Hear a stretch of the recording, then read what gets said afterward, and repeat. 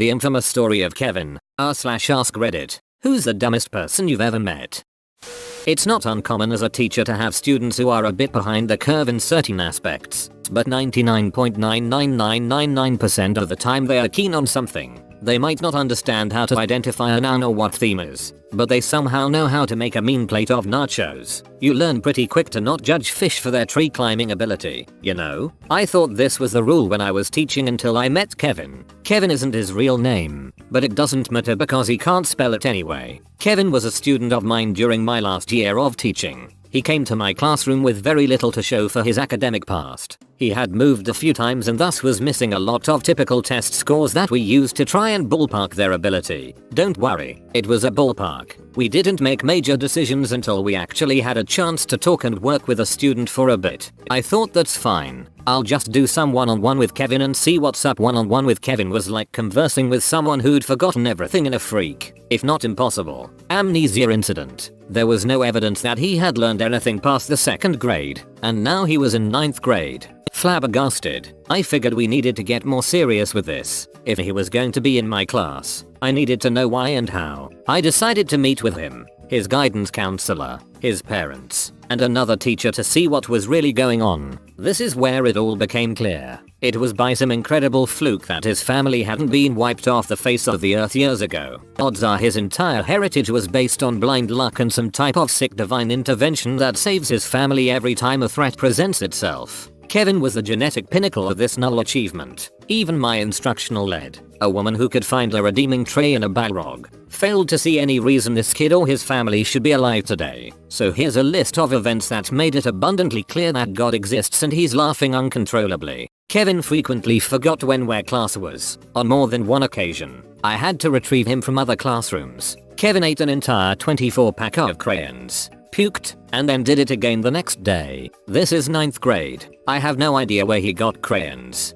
Kevin's dad wrote tuition checks and mailed them to me, his English teacher. This was a public school. When I gave it back to Kevin, voided, to give to his dad with a brief note explaining that this is a public school, Kevin got in trouble for trying to spend it at 711 after school. Kevin was removed from the culinary arts program after leaving a cutting board on the gas stove and starting a fire, twice. Kevin threw his lunch at the school resource officer and tried to run away. He ran into a door and insisted it wasn't him. Kevin stole my phone during class. I called it. It rang. He denied that it was ringing. Not that it wasn't his. Not that he did it. No. He denied that the phone was actually ringing. He tried it 3 times before the end of the year. Kevin called the basketball coach a method at King Beach during gym. Basketball tryouts were that afternoon. Kevin tried out. It didn't go well. Kevin's mom could never remember which school he went to. She missed several meetings because she drove to other schools, none of which he ever went to. Kevin tased himself in the neck before a football game.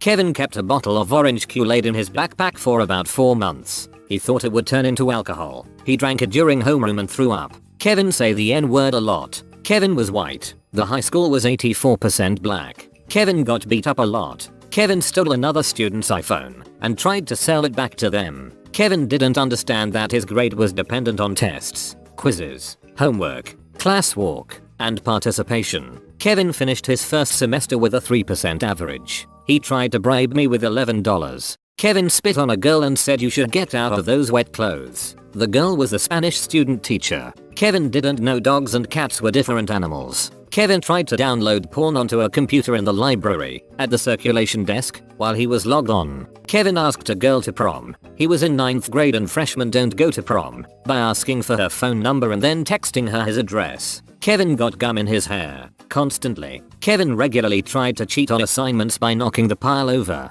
grabbing one before I had picked them all up, and then writing its name on it wherever there was room. Kevin had several allergies, but neither his parents nor he could remember what they were. They were very concerned at the holiday party. It's high school. We don't have those. Would have peanuts. When they finally got a doctor's note, he was allergic to amoxicillin. Kevin and his parents took a trip to Nassau. How the duck did they even get airline tickets? And forgot all their luggage at home. I didn't believe him when he told me until I talked to him mom, who told me first thing when I saw her at the B weekly meeting. Kevin's grandfather apparently died in a chainsaw accident. I can only assume God was looking the other way that day. I'm torn between this cannot be real, and you can't make this shit up. Kevin and his world were very real. He was simultaneously everything wrong and everything right with the world. He was a testament to the fact that anyone can do anything. Last I heard, he wanted to join the Air Force. I think you mean he wanted to be a plane when he grew up. Edit. Took me 5 months but I finally got gold. Thanks friendo. I want to be the Air Force. Mother, I want to be Army. My cousin said he wanted to grow up to be a truck. Not a truck driver, a truck. I knew this girl in elementary school who said she wanted to be a polar bear when she grew up.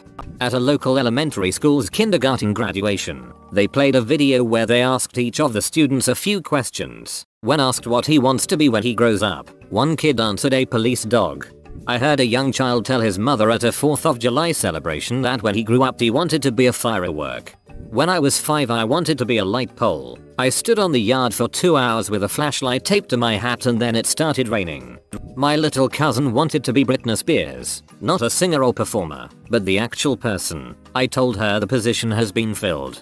Oh god, I had a neighbor that fits this description perfectly. Once dug a trap hole in my friend's backyard and covered it with leaves. Then proceeded to fall into it and we had to pull him out. Would repeatedly climb the tree in his front yard all the way to the top. Then fall out of it every time. Except the one time that he didn't and we had to call the fire department because he couldn't remember how to climb down. Was riding his bike to our house in swim shorts with a towel around his neck. Leaned too far over and the towel got stuck in the spokes. He flipped over the handlebars and the bike flipped over and landed on top of him. We wouldn't let him near our trampoline because we feared for his and our lives. He's now a high-ranking army man. Edit. He was on leave and came back to visit last winter. His car slid and he took out my neighbor's mailbox and we had to help pull him out of the ditch. It wasn't even icy. It terrifies me that they let him touch guns.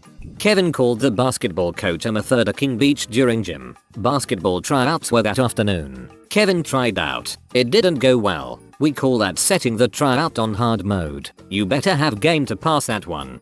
Kevin didn't know dogs and cats were different animals. This is the best.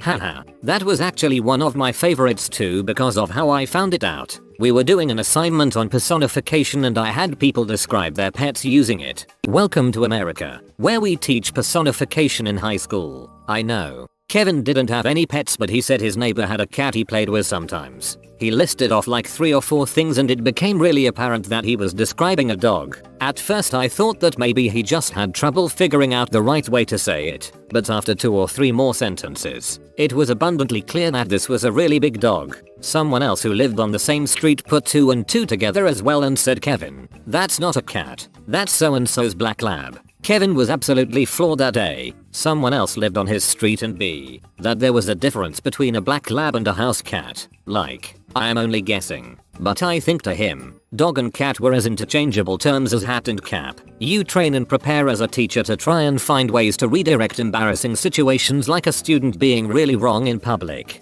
But I was at a loss for how to move on from there. I really didn't understand how dumb his parents were until they went on the trip and forgot their luggage. I knew something was up from that first meeting, but the luggage story, which was in like October of that year, was where suddenly everything made sense. Seriously, the amount of steps necessary to forget your luggage makes it seem literally impossible. Do you have any luggage to check? No. I have to ask, was he popular with the girls? Was like watching a greased up orangutan try to climb a water slide. OP, you are killing it with the analogies today. It's a side effect of teaching. When you spend a large amount of time explaining things to people, especially the same thing over and over again, you eventually just try to find new ways to say it so you don't bore yourself to death. Just had an appendectomy and cannot stop laughing. Seriously, duck you. He tried to bribe me with $11. Kevin flashin' dat green. This is the best thing I've read on here in a while. I lost it at I have no idea where he got crayons and haven't stopped after that. I think I must have gone to high school with Kevin's cousin. We'll call her Kelly. Kelly also found it difficult to remember when her classes were. We went to a tiny school. There were 4 possible classrooms to choose from. She showed up on the weekends sometimes. Kelly pulled the fire alarm because she wanted to know what it would do. Not once, not twice, 3 separate times. And the real kicker, it took Kelly until 10th grade to realize she was left-handed. She had always just thought her left hand was her right hand because it was the one she wrote with. Kevin, a diagnosis, not a name. Edit. Thanks for the gold. That was the hardest pill to swallow. Despite numerous tests and assessments and meetings and just overall study, no one could ever say he had any kind of learning disability. No IEP. Number 504. No special file. No caseworker or advocate. Just Kevin, his mom, his dad, and zero brain matter. Bro, you made it to the end? You're a ducking beast. I'll cut you a deal. Smash like and subscribe for more curated content. It's free and that's a great price.